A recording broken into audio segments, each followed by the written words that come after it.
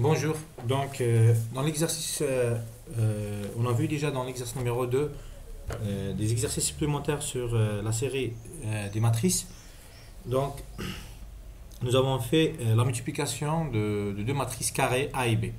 Donc, dans l'exercice suivant, on va faire une petite modification. Donc, c'est le même exercice en termes de questions. Donc, c'est d'écrire un programme qui permet de réaliser la multiplication de deux matrices AB quelconques. Donc, bien sûr, ici, les deux matrices ne sont pas carrées. Donc, on va généraliser la solution des produits des deux matrices carrées à des matrices quelconques. Donc, ici, si nous avons une matrice A d'ordre n et m, ça veut dire que ici nous avons n lignes et m colonnes. Donc nous avons une matrice A d'ordre n fois m. D'accord. Donc si je prends la colonne, si je prends ici la colonne 1, ici au milieu la colonne G, ici la colonne M, donc de 1 jusqu'à M en passant par J. Ici on prend la ligne 1, donc la ligne I jusqu'à la ligne N. Donc on aura ici la composante A, I, J. Donc ça c'est la matrice A. Donc fois la matrice B, donc B égale une matrice quelconque. Ici il y a une condition. Donc elle est arbitraire la matrice B, sauf que il y a une condition sur le nombre de lignes. Donc pour pouvoir multiplier A fois B, il faut que le nombre de colonnes de A égale le nombre de lignes de B. Ça veut dire qu'obligatoirement, ici, nous aurons M lignes. Donc de 1 jusqu'à M. En passant par la JM ligne. Voilà. Et on aura ici un nombre quelconque de lignes. Il ne dépend ni de M ni de N. Donc de façon générale, on va utiliser par exemple L colonne. L colonne, c'est un exemple. Donc nous aurons les colonnes de 1 jusqu'à L en passant par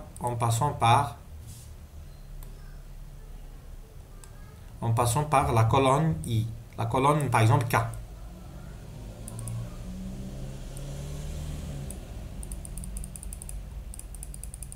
Ça, c'est B, J, K. Voilà. Donc voilà.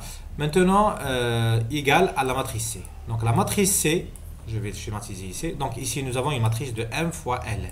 Vous remarquez que le nombre de lignes, le nombre de colonnes, de la matrice A égale le nombre de lignes de la matrice B. Ça, c'est très important. Cette remarque, elle est vraiment importante. Le nombre de lignes égale le nombre de colonnes égale le nombre de lignes. Sinon, on ne peut pas faire la multiplication. La multiplication, en réalité, elle va se passer la ligne fois la colonne. La ligne fois la colonne. C'est-à-dire le nombre de une ligne de la colonne A fois une colonne de la ligne de la matrice B.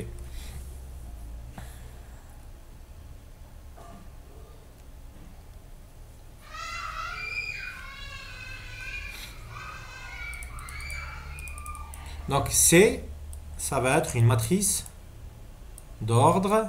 Le résultat, il devient une matrice d'ordre. Donc combien de lignes et combien de colonnes pour la matrice C. Donc bien sûr, le résultat, il dépend des deux matrices A et B. Le nombre de lignes, c'est N. Et le nombre de colonnes, c'est L. Voilà.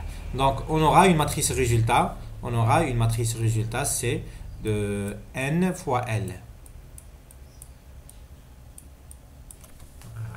Donc ici, on prend la IM ligne et la JM colonne. Donc, on aura la composante C, I, J. Donc, voilà. Donc, le plus important ici, c'est comment calculer C, I, J, quel que soit I allant de 1 jusqu'à N et quel que soit J allant de 1 jusqu'à L. La composante C, I, J. Donc ici, la matrice C, c'est de N fois L. Donc si n égale m égale l, on aura le cas particulier de l'exercice numéro 2 de la série supplémentaire sur les matrices. C'est-à-dire on aura des matrices carrées des mêmes dimensions. Donc 3, 3 pour A et 3, 3 pour B. Donc dans ce cas, si n égale à m égale à l. Donc lorsque n égale à m égale à l, on aura A et B carré. A et B carré. Logiquement, si aussi elle est carrée. Donc 100 carrés. C'est des matrices carrées. Donc c'est un cas particulier, la solution que nous avons fait déjà pour les matrices carrées. Maintenant, on va se concentrer sur ce IJ égale à combien. Donc pour si IJ, ça veut dire quoi? Si IJ égale, donc c'est la multiplication de la IM ligne de la IM ligne de A avec la JM colonne de B. Donc je préfère ici, on va prendre ici K et c'est J pour que ça correspond. Voilà. Ici, on aura petit b, k, j. Donc, la IM ligne, donc on prend la IM ligne, cette ligne.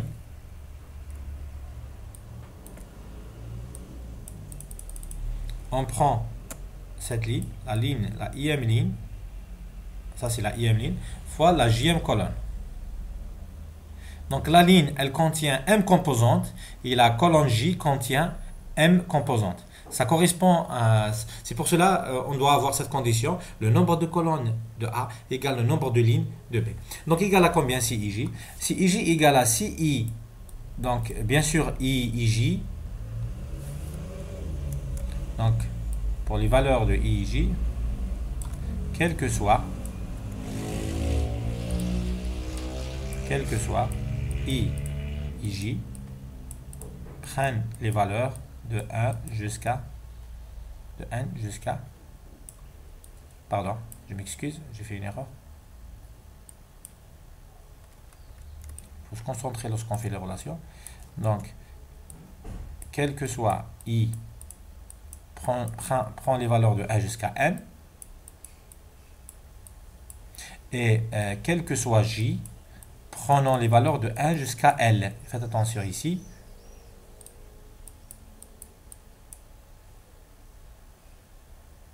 Quel que soit J, quel que soit J, prenons prenons de 1 jusqu'à L. Voilà.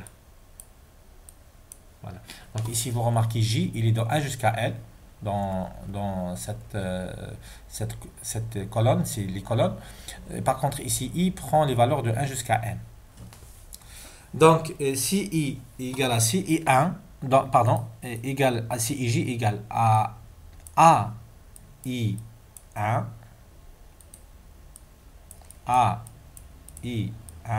multiplié par B1J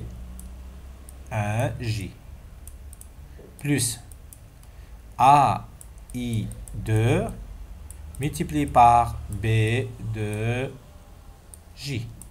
plus AI3 multiplié par B3J. Donc vous remarquez A, donc AI1, AI2, AI3 jusqu'à AIM multiplié par BM, la dernière composante de la JM colonne, c'est BMJ. Voilà, jusqu'à BMJ. Ici c'est BMJ. Ici c'est B1, B1J. Ici c'est A1, AI1. Ici, c'est AIM. C'est très important. Donc, ici, nous remarquons que si IJ égale AI1 fois B1G plus AI2 fois B2G plus AI3 fois B3G jusqu'à AIM fois BMG. Donc, égal à combien cette somme? On peut l'abrévier. On remarque qu'il y a une composante au milieu qui varie. Donc, si IJ, c'est IG égale la somme de AI K fois B, K, J. Vous remarquez que I et J, dans cette somme, ils sont constants. Ce qui varie, c'est K. Donc, pour AI1, AI2 jusqu'à AIM, B1G, B2G jusqu'à BMG. Donc, K, il varie de 1 jusqu'à M. C'est très important. Donc, cette relation est très importante. En termes algorithmiques, toujours on a vu ça dans les exercices précédents, quel que soit i allant de 1 jusqu'à n, donc cette phrase, pardon, non, qu'est-ce que je suis en train de faire? Donc, cette écriture, ça devient une boucle. Donc, for i reçoit 1 jusqu'à n. Quel que soit i allant de 1 jusqu'à l, ça devient aussi une boucle. Pour j reçoit 1 jusqu'à l, à l faire. Maintenant, si ij c'est une somme, c'est le symbole, ici c'est le symbole de la somme. Donc ça, on fait si ij reçoit 0. Après le symbole de la somme, ça devient une boucle, une troisième boucle dans laquelle on fait si ij reçoit si ij plus le terme répétitif. Donc voilà le terme répétitif. C'est AIK multiplié fois BKG. Si on écrit ça de forme algorithmique, donc on a dit, le premier c'est ça, donc quel que soit i allant de 1 jusqu'à 1, ça devient la boucle pour i reçoit 1 jusqu'à n. A à n faire. Voilà. Donc pour toutes les valeurs du i allant de 1 jusqu'à n. Ça veut dire pour toutes les lignes de la matrice A. Maintenant, quel que soit j allant de 1 jusqu'à l, c'est-à-dire pour toutes les valeurs de j allant de 1 jusqu'à l, on va écrire pour j reçoit 1 à l faire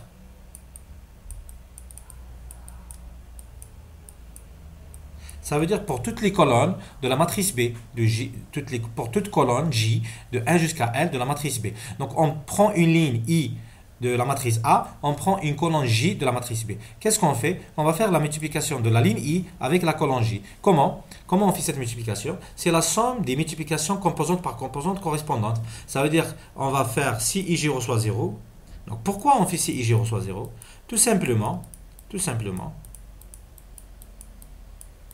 pardon, ici c'est un algorithme, donc on fait reçoit une flèche. Pourquoi on fait si ij reçoit 0? Puisque c'est une somme. Maintenant, la somme de k allant de 1 jusqu'à m, c'est une boucle. Vous comprenez ça? Donc on a fait ça dans le premier semestre. Pour k reçoit 1 à m faire. Qu'est-ce qu'on fait? On fait si ij reçoit CIJ, la même valeur de CIJ, donc la valeur actuelle de CIJ, additionné à AIK multiplié par BKG. AIK multiplié par BKJ.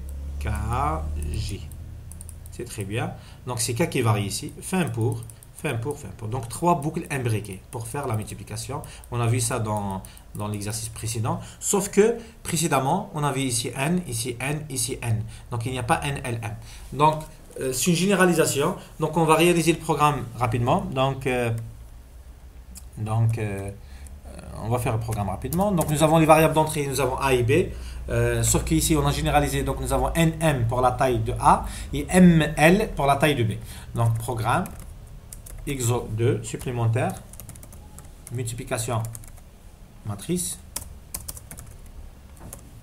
pardon, il ne faut pas faire tirer 6, use swing CRT, begin, end. Donc ici c'est la structure du base d'un programme Pascal. Nous avons l'entête et nous avons le corps et la partie déclaration qui est vide pour nous. Donc on va commencer par la partie déclaration. On va déclarer 3 matrices A, B, C. Nous avons ici la taille maximale des matrices, 10 lignes et des colonnes. Donc 1 jusqu'à 10, pardon, 2 points. 1, point, 10, ça c'est le nombre de lignes maximales. 1, point, 10, ça c'est le nombre de colonnes maximales pour chacune des matrices A, B et C. Maintenant, la taille qu'on va utiliser pour A, c'est N et M. La taille qu'on va utiliser pour B, c'est M et L. Donc, ici je vais faire en majuscule pour que ça devienne clair. N, M, L. Ça, c'est la taille des deux matrices, A et B. Donc, N et M, c'est la matrice A, et M et L, c'est la matrice B. Donc, integer, ça, c'est la taille des matrices. Donc, on peut ajouter un commentaire ici. Donc, A d'ordre N fois M, et B d'ordre M fois L, de façon générale. Maintenant, si n est égal à M et M égale à L, ça devient des matrices carrées. Ça devient des matrices carrées, cas particulier. On aura besoin de I, J, I, K pour le traitement. On a vu en algorithme. On a vu ici en algorithme que nous avons 3 indices ici, vous remarquez. Ici, nous avons un K. On aura besoin dans la partie traitement. Bien sûr, ça sera au brouillon. Donc la partie analyse, ça sera au niveau du brouillon. Donc c'est pour cela qu'il faut toujours faire le brouillon et avec le programme. Mais maintenant, si c'est un algorithme, il faut le refaire correctement de façon algorithmique. Donc integer, voilà. Donc ici, on a terminé. Donc les variables d'entrée, c'est deux matrices. On va donner deux matrices. On va commencer par la matrice A. Donc on va décortiquer la partie du corps. Donc ça, c'est le début du programme. Le début du programme. C'est-à-dire du corps en réalité. Et ça, c'est la fin du programme. La fin de la partie instruction. La fin du programme. Maintenant, la partie instruction, bien, la partie du corps du programme est constituée de trois parties. Nous avons les entrées. Nous avons la partie traitement. Et nous avons la partie du corps. La partie du sortie. Les sorties ou bien les résultats. Voilà. Donc, les entrées, nous avons deux matrices qu'il faut introduire. Donc, premièrement, il faut donner la taille de la matrice A. Donner la taille de la matrice A. Donc, ici, on va écrire matrice A entre parenthèses N et 1. N et 1. Maintenant, il faut faire attention. Pour la matrice B, donc il faut introduire maintenant, il faut donner les éléments de la matrice A, les composants de la matrice A.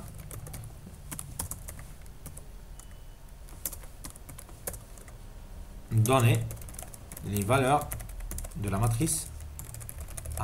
Donc combien de valeurs nous aurons? Nous aurons N fois M. Voilà. Donc voilà. For il reçoit 1 to N pour chaque ligne de la matrice A. Do.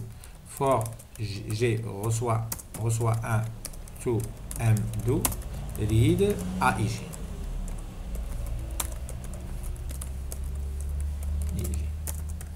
Ça, c'est pour la matrice A. Ça sera la même chose pour la matrice B. Ici, il faut faire attention. La matrice B, nous avons dit pour la matrice B, c'est M fois L. M, il est déjà donné.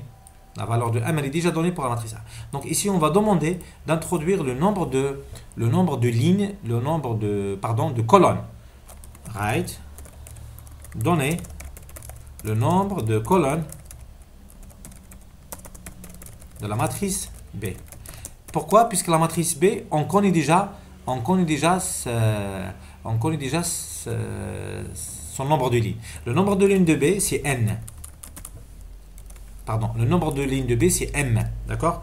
Donc ici, on va faire read L. On va donner L. Donc une fois nous avons donné L, donc on va parcourir toutes les lignes de la matrice B.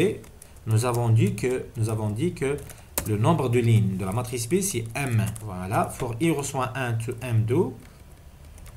For J reçoit 1 to L do. C'est le nombre de lignes de la matrice. Read B, I, J. Voilà. Donc ici, c'est le nombre de colonnes. Ici, on va faire write ln. Donner les éléments de la matrice B. Donc, on va écrire ici, c'est M fois L. Donc, on va clarifier ici comme ça les choses. Voilà, on va ajouter une virgule ici, ici une virgule, ici une virgule. On va ajouter des points ici. Donc, on va donner la matrice L. Donc, voilà. Maintenant, les résultats. Le résultat de la multiplication. Le résultat du produit de la matrice A et B et deux points, il va sauter la ligne, c'est right ln. On va faire une boucle. For il reçoit 1 to N, d'où ça c'est le nombre de lignes du résultat. Nombre de colonnes du résultat, c'est for J reçoit 1 to L. Donc si n est L, on aura une matrice d'ordre n fois L. Donc right C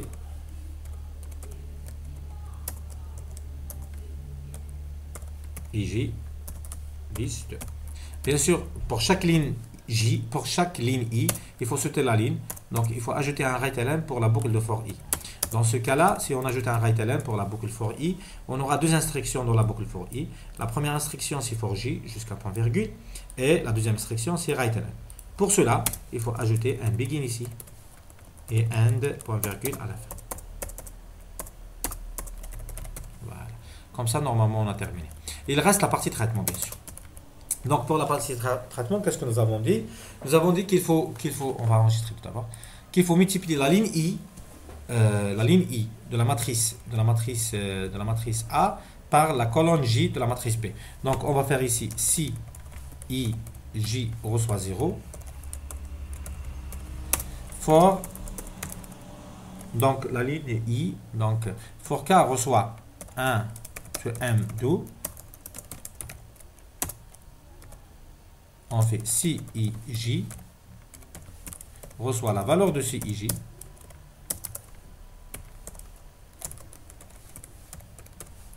multiplié par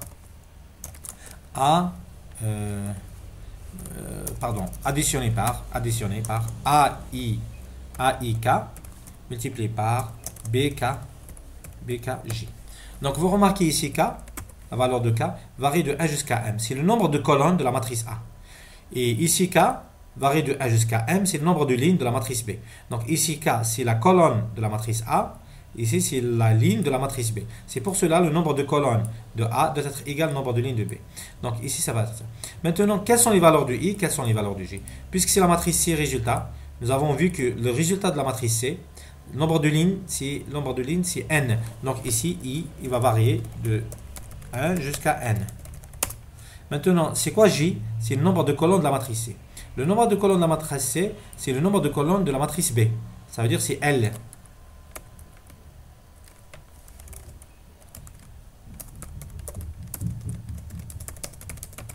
Maintenant, puisqu'il y a deux instructions ici, il y a l'initialisation de si IJ à 0, puisque c'est une somme. Il y a la boucle de la somme, donc ici point virgule. Et il faut obligatoirement, faire les deux instructions, ces deux instructions, dans begin et end pour la boucle for J. Il faut créer un bloc, ici begin. Donc on va aligner un peu. Ça devient plus clair. Et ici end point, l'indentation du code. Donc voilà, je pense qu'on a terminé. On va sauvegarder, on va compiler s'il n'y a pas d'erreur. Voilà, on va exécuter pour faire un test. On va faire un test. On prend la matrice A. Donc, je prends la matrice A d'ordre 3 x 4. Ça veut dire 3 lignes et 4 colonnes. Et donc, nous avons donné les valeurs de la matrice A de 3 x 4. Donc, je donne la première ligne, la deuxième ligne, troisième ligne. Voilà. C'est bon. Donnez maintenant le nombre de colonnes de la matrice B. Donc, le nombre de lignes de la matrice B, c'est 4. Le nombre de colonnes, par exemple, c'est 2. Donc, nous avons une matrice de 4 fois 2. Donc, comment il a déduit que 4 lignes fois 2 colonnes, puisque c'est le nombre de colonnes de la matrice A. Donc, 4 lignes et 2 colonnes. Donc, on donne 2 valeurs ici, 2 valeurs ici, 2 valeurs et 2 valeurs. On va faire entrer et il va nous calculer le résultat. Donc, le résultat, ça devient une matrice de 3 lignes et 2 colonnes. Voilà, 3 lignes et 2 colonnes. 3 lignes et 2 colonnes. Donc, on va tester pour le premier. Donc, séquente, c'est quoi? C'est la première ligne de la matrice A fois la première colonne de la matrice B. Donc, 1 fois 1, plus 5 fois 5, plus 3 fois 0, plus 6 fois 4. Donc, nous aurons 1 fois 1, c'est 1, plus 5 fois 5, c'est 25, plus 6 fois 4 égale à 24. Donc, 24 plus 1, c'est 25. 25 plus 25, c'est 50. Vous pouvez tester les autres valeurs, vous pouvez recalculer. Vous prenez la première colonne fois la deuxième, la première ligne fois la deuxième colonne. 1 fois 4 plus 5 fois 8 plus 3 fois 3 plus 6 fois 7. Normalement, vous devez trouver 80, 96, etc. Donc, vous pouvez tester. Vous avez remarqué, nous avons une matrice 3 fois 4 fois une matrice 4 fois 2. Nous aurons une matrice de 3 fois 2. Donc, c'est comme si on a enlevé le 4 et le 4. Donc, c'est une condition très importante. On a généralisé le produit des matrices. Ce n'est plus des matrices carrées, c'est une matrice quelconque. Mais les matrices carrées, ça devient un cas particulier de cet algorithme. Donc, c'est une solution globale. C'est une solution globale. J'espère bien que vous avez compris. À la prochaine séquence vidéo pour de prochains exercices.